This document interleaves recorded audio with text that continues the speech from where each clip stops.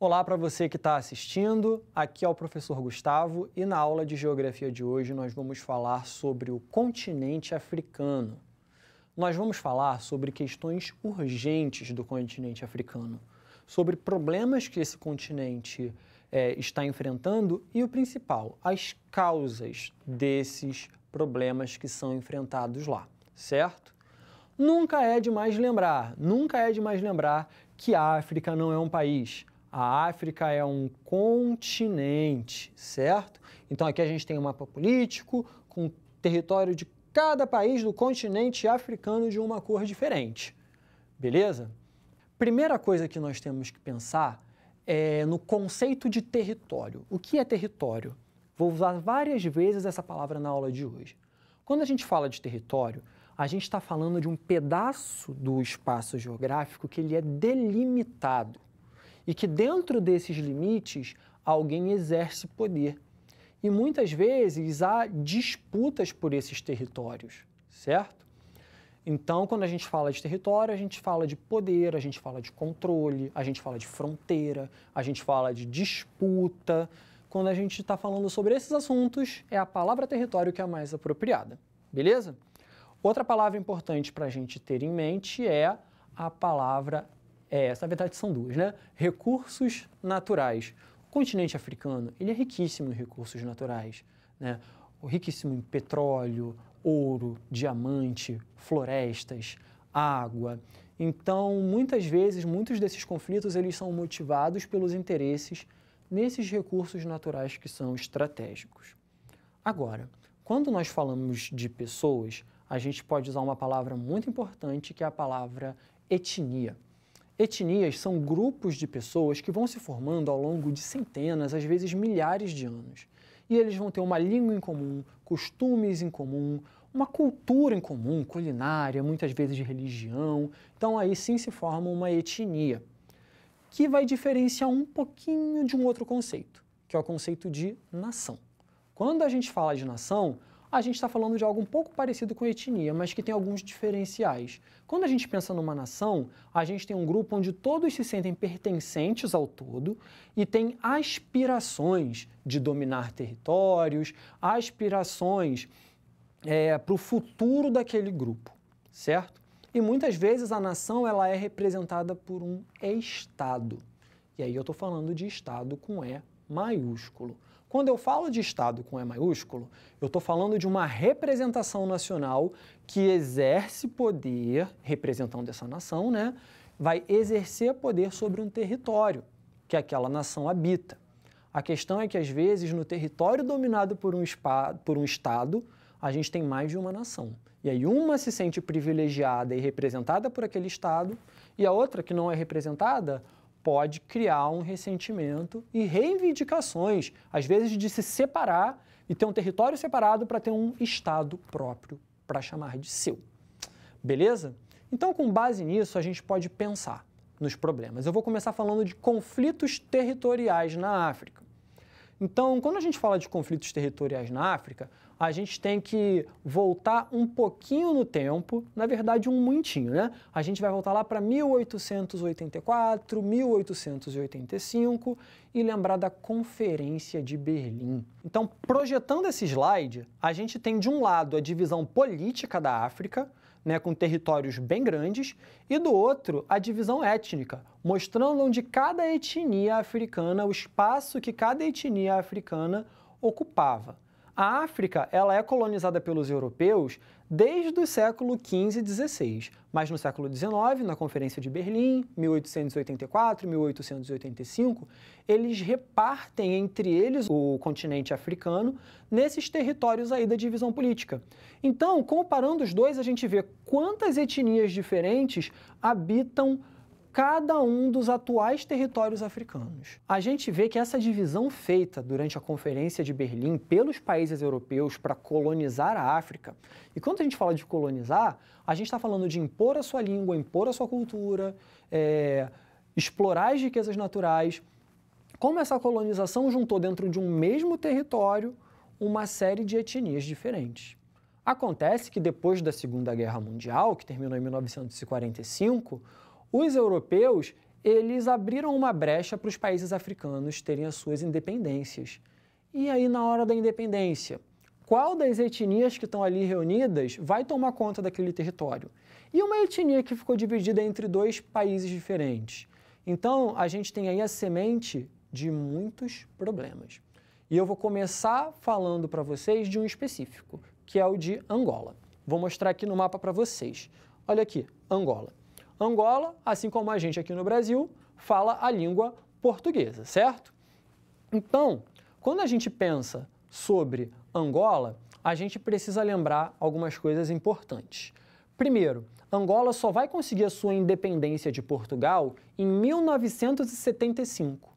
O Brasil conseguiu em 1822, bem antes, né? Mas Angola vai ser em 1975. E aí a gente vai ter 3 grupos principais que assumem Angola durante esse período, que vão ser o Movimento Popular para a Libertação de Angola, que vão ser a Força Nacional de Libertação de Angola e também a União Nacional para a Independência Total de Angola. E vão criar um governo transitório. Acontece que durante esse período desse governo ali, que era para ser transitório até chegar a um definitivo, o Movimento Popular para a Libertação de Angola acabou dominando grande parte do país. E isso gerou uma insatisfação. Por quê? Durante esse período, quem se aproximou desse grupo foi a União Soviética, adversária dos Estados Unidos durante a Guerra Fria. E aí, Estados Unidos, Brasil e até a África do Sul começaram a financiar o grupo adversário. E isso gerou uma guerra civil intensa, né, que vai durar ali desse governo transitório até 1991. Para vocês terem uma noção, Angola é um dos países do mundo onde você tem mais minas terrestres e pessoas mutiladas por essas minas terrestres. Então é desastroso. E a ajuda, de um lado, da União Soviética e do outro dos Estados Unidos, só tornou esse conflito ainda mais mortal. E não terminou em 91, porque em 91 a gente tem uma eleição e o Movimento Popular para a Libertação de Angola ganha, né? E os grupos rivais não vão aceitar. Então, a gente tem isso vai se prolongar até 2002, certo? E aí, uma coisa importante para a gente saber, Angola é riquíssima em petróleo. E quando a gente pensa num país rico no petróleo que é estratégico para o mundo inteiro, e como esses conflitos, como a exploração dos colonizadores, como depois a interferência dos Estados Unidos e União Soviética, cria ali um conflito que vai empobrecer tanto esse país, que vai gerar tanta morte, tanta destruição, para a gente ficar, no mínimo, com uma postura crítica em relação a todas essas causas desses problemas. Então, se hoje Angola cresce, se hoje Angola está num caminho de desenvolvimento econômico, é porque ela precisou passar por muitos desafios e vai ter que passar por muitos mais. Próximo que eu vou falar para vocês é do Sudão e do Sudão do Sul. O Sudão do Sul é um país bem jovem. Ele surge em 2011. Então, a gente tem aqui o Sudão e Sudão do Sul. Quando eu era da idade de vocês, era tudo Sudão. Mas de 2011 para cá, a gente já tem 2 países diferentes, tá? O Sudão e o Sudão do Sul, eles foram colonizados pelo Reino Unido, tá? E só vão conseguir sua independência em 1956. O que acontece? A gente vai ter uma diferença na população de um para o outro. Enquanto o Norte tem uma maioria islâmica, né, que é uma religião específica, e essas pessoas dessas religiões acreditam que o governo do país deva implantar as leis da religião para todo mundo, é o que a gente chama de teocracia, que é quando as leis da religião elas se tornam as leis do Estado, né, quando todo mundo é obrigado a seguir a lei da religião, a gente vai ter lá muitos grupos que acreditam nisso, né, que uma única religião deva reger a vida de todas as pessoas. No Sul, a gente tem grupos cristãos e grupos animistas, que são aqueles grupos que acreditam ali que todos os seres vivos e todos os elementos da natureza, na verdade, possuem uma alma a ser cultuada. Então, esses grupos discordam disso. E depois de uma série de conflitos, a gente tem um referendo que aprova essa separação. Mas aí a gente tem uma questão. O Sudão do Sul, ele é riquíssimo em petróleo. Mas a gente vai encarar uma questão, que as refinarias de petróleo e os oleodutos, né, os encanamentos que vão levar o petróleo até ser exportado, eles estão no Sudão, né, na parte que ficou para o norte. Então, é muito difícil chegar a um acordo. E desde então a gente tem uma série de conflitos entre esses dois países, certo? Só para eu ilustrar para vocês aqui, ó. Estão vendo que o Sudão ele tem uma saída para o mar? No caso, o Mar Vermelho, o Sudão do Sul não tem. Então, a gente vê o seguinte, que é um caminho estratégico para escoar e exportar esse petróleo, beleza? Agora, eu vou falar de um outro conflito. Um conflito que ele é conhecido como um dos maiores massacres da humanidade, né? Nele, é um dos que a gente usa para falar da palavra genocídio, que seria o assassinato de todo um povo, ou de toda uma nação, ou de toda uma etnia, né? Esse genocídio, ele quase extinguiu uma etnia, né? E ele aconteceu em Ruanda.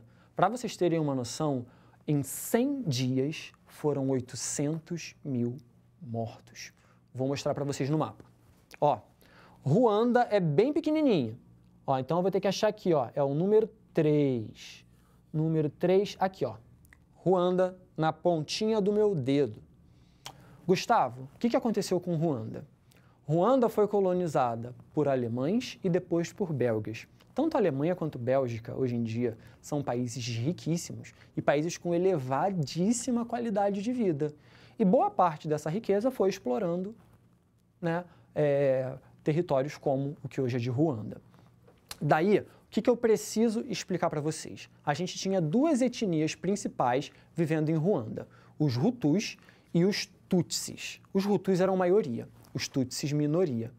Mas, né, numa prática extremamente racista, tanto os alemães quanto os belgas deram vantagens para essa minoria Tutsi. Por quê? Por eles serem mais brancos e mais brancos não, né? Por eles serem mais claros e mais parecidos com os brancos europeus, eles conseguiram uma série de privilégios, enquanto a maioria seguia oprimida, certo? Acontece que quando Ruanda consegue a independência em 1959, os Hutus, eles ascendem ao poder e aí a gente tem uma diáspora. Os Tutsis, eles se espalham, né, por outros países da África para fugir de perseguição. E ainda assim, os que continuam em Ruanda foram muito perseguidos. Mas os que ficaram fora de Ruanda formaram uma frente e começaram um conflito de volta contra os Hutus. E foi um conflito bastante intenso. Até que o presidente é assassinado num atentado, os Hutus alegam que esse atentado foi feito pelos Tutsis, embora até hoje não se tenha certeza de quem foi o autor, e aí começou esse genocídio que foi um dos maiores massacres da história da humanidade, cheio de refugiados pelo mundo inteiro. E por último, não menos importante, preciso falar sobre a África do Sul. A África do Sul, ela foi colonizada por holandeses e em seguida por britânicos. E lá aconteceu um dos regimes de racismo mais conhecidos da humanidade, que foi o apartheid, onde por dezenas e dezenas de anos existiam os bairros para os negros, os bairros para os brancos. Preciso falar para vocês em qual deles a gente tinha mais investimento, melhor qualidade de vida, em qual deles tinha mais opressão, mais pobreza? Né? Eu acho que não. A gente também tinha a proibição de casamentos interraciais, né? Ou seja, brancos só podiam casar com brancas e negros só podiam casar com negras. Além disso, a gente vai ter escolas de negros, escolas de brancos, o que só vai concretizar uma desigualdade absurda. E aí a gente tem uma das figuras da humanidade que lutaram contra isso, que foi Nelson Mandela. Ele chegou a ser perseguido, foi condenado à prisão perpétua, mas quando ele se libertou, ele conseguiu se eleger presidente e se tornou um dos líderes mais aclamados pela sua luta contra o apartheid. A população de negros era muito maior do que a de brancos. A gente tinha 19 milhões de negros contra 4,5 milhões de brancos. Mas quando a gente vai para as terras, as coisas se invertem. Os brancos, eles vão ter 87% das terras e os negros só 13%, além dos benefícios que eles recebiam do governo, né, no caso os brancos. E a proporção de médicos, a gente tinha um médico para cada 44 mil negros e um para cada 400 brancos. Voltando para mim, eu preciso explicar para vocês que esses conflitos, eles vão gerar um número muito grande de refugiados, pessoas que fogem desses conflitos, dessas guerras ou de perseguições e vão para outros países. Eu tenho um mapa aí mostrando o número de refugiados que saem de cada país. Vocês podem ver quantas bolinhas a gente tem no continente africano, né? E essas bolinhas aí, quanto maior, maior o número de refugiados. E a gente tem ali, no caso Síria, no Oriente Médio, uma bolinha bem grande, mas um conflito mais recente. Agora, na África, a gente tem, durando décadas, décadas e décadas, um número absurdo de refugiados. Outro dado importante são os deslocamentos internos. Então, a gente tem aí mostrando as pessoas que saem aí dentro da África mesmo, de um país para o outro. A gente tem um número muito grande dos africanos que eles, para fugirem de guerras, de perseguições e da pobreza que resulta disso tudo, né, resulta de outras coisas, mas entre elas desses conflitos, eles arriscam a própria vida para buscar condições melhores de vida na Europa. Então, a gente vê aí o risco absurdo que eles correm, e isso em migrações clandestinas. Agora, só para encerrar, eles tentam entrar na Europa, nesses países que enriqueceram explorando a África. E muitas vezes essa entrada é negada e muitas vezes eles morrem no caminho. Então, eu espero que vocês tenham aprendido bastante com a aula de hoje e eu encerro com um desafio bem rapidinho. Em qual alternativa há uma causa que contribui para os conflitos territoriais africanos? A colonização, a ajuda internacional ou as reservas de petróleo? Na verdade, a colonização ela é o pontapé inicial para muitos dos conflitos e problemas que o continente africano tem até hoje. Assim a gente encerra a nossa aula de hoje. Espero vocês nas próximas. Um abraço.